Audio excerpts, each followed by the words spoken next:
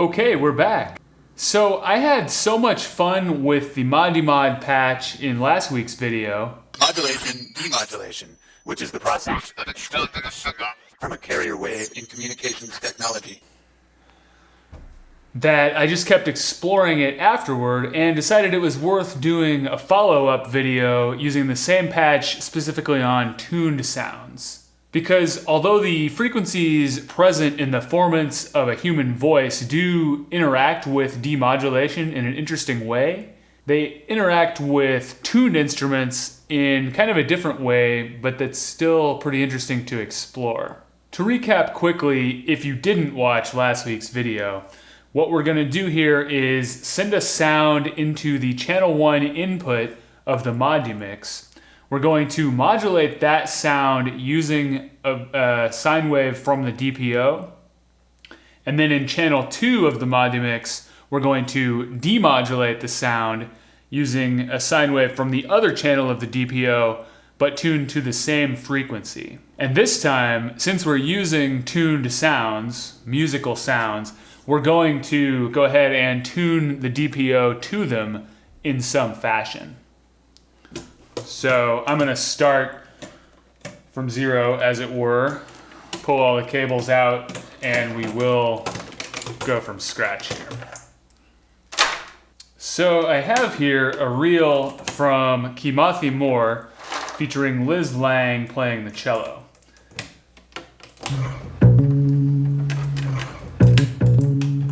I'm going to go ahead and patch Renee to both my DPO inputs,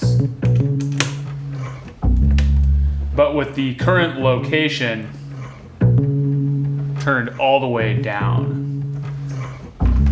Let's use the Outtakes to hear these DPO channels and tune them up with the cello, patching the Outtakes sum to the Modumix aux input and monitoring with the Modumix sum.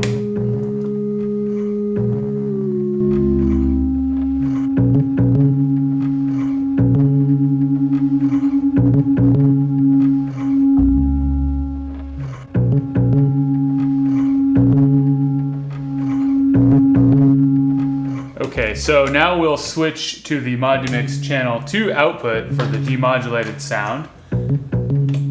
Let's modulate. And then demodulate.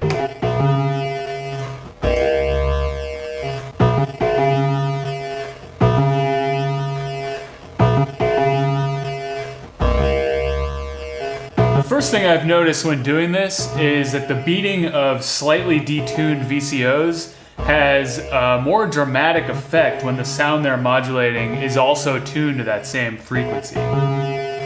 We can explore this with the fine-tuned knobs.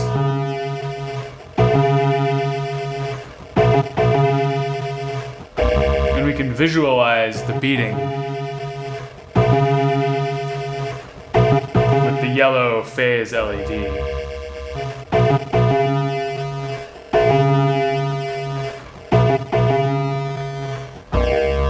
We could also turn on lock to keep the DPO's oscillators in phase with each other.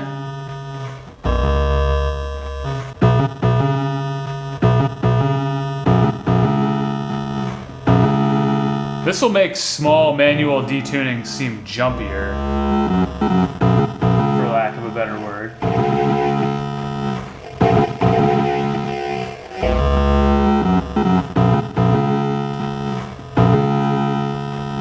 Another option would be to sync the VCOs together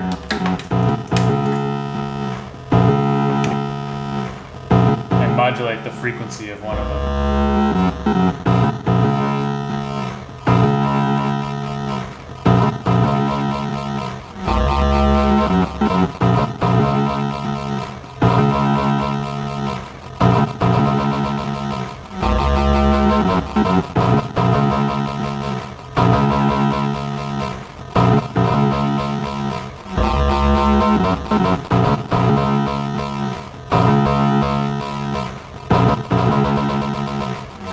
Let's go ahead and scan around with Renee too to hear how some related tunings of the modulator and demodulator will sound on this material.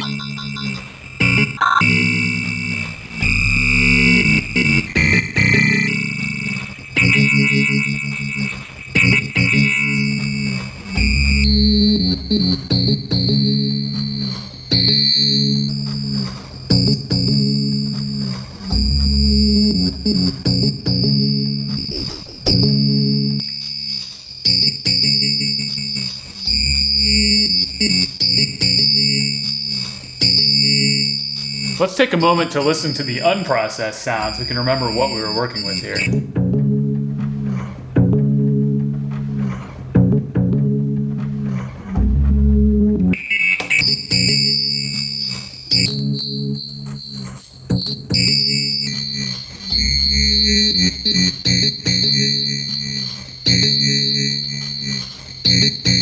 Okay, let's try another sound.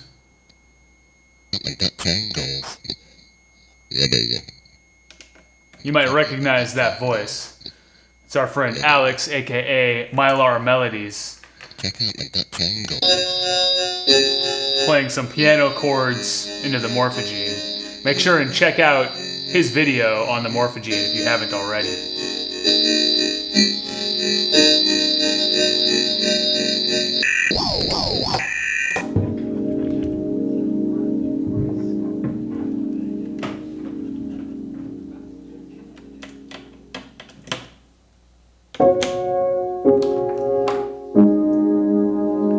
Let's tune these VCOs and this Renee.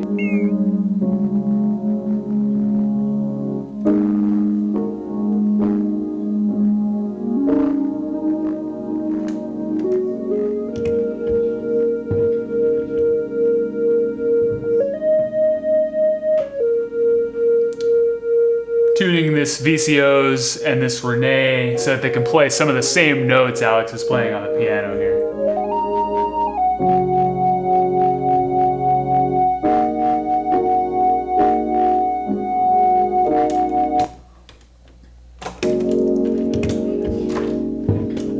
And again, we'll modulate and demodulate.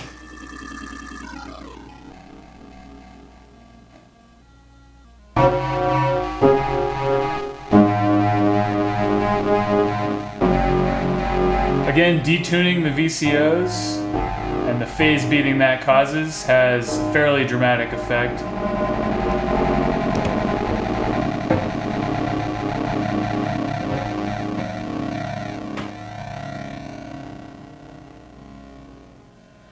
Or we can get sort of a more chimey sound by phase locking them.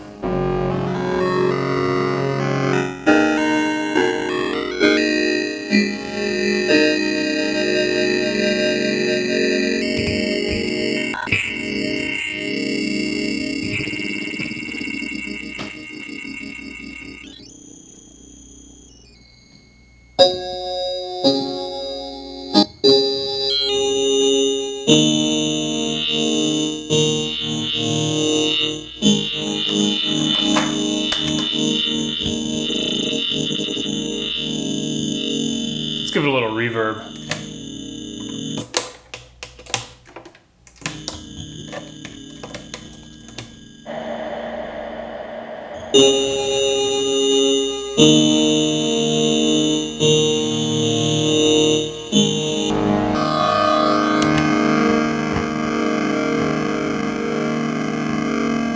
And let's add some morph chord ratios by cranking that morph control.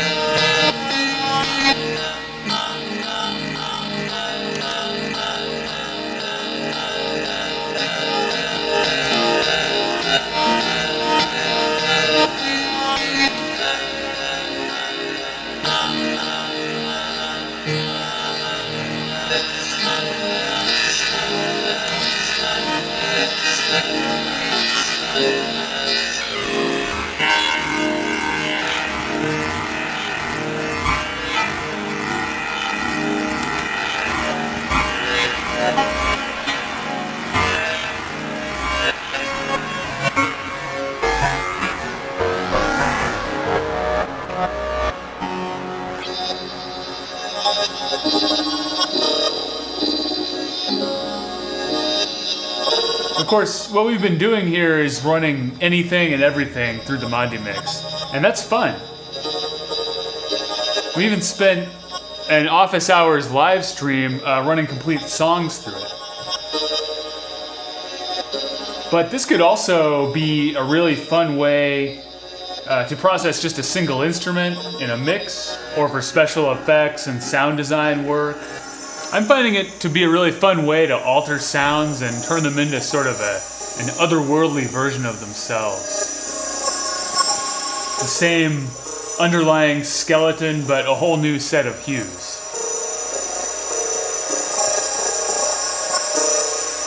If you've discovered other fun interactions with this patch, please let us know in the comments.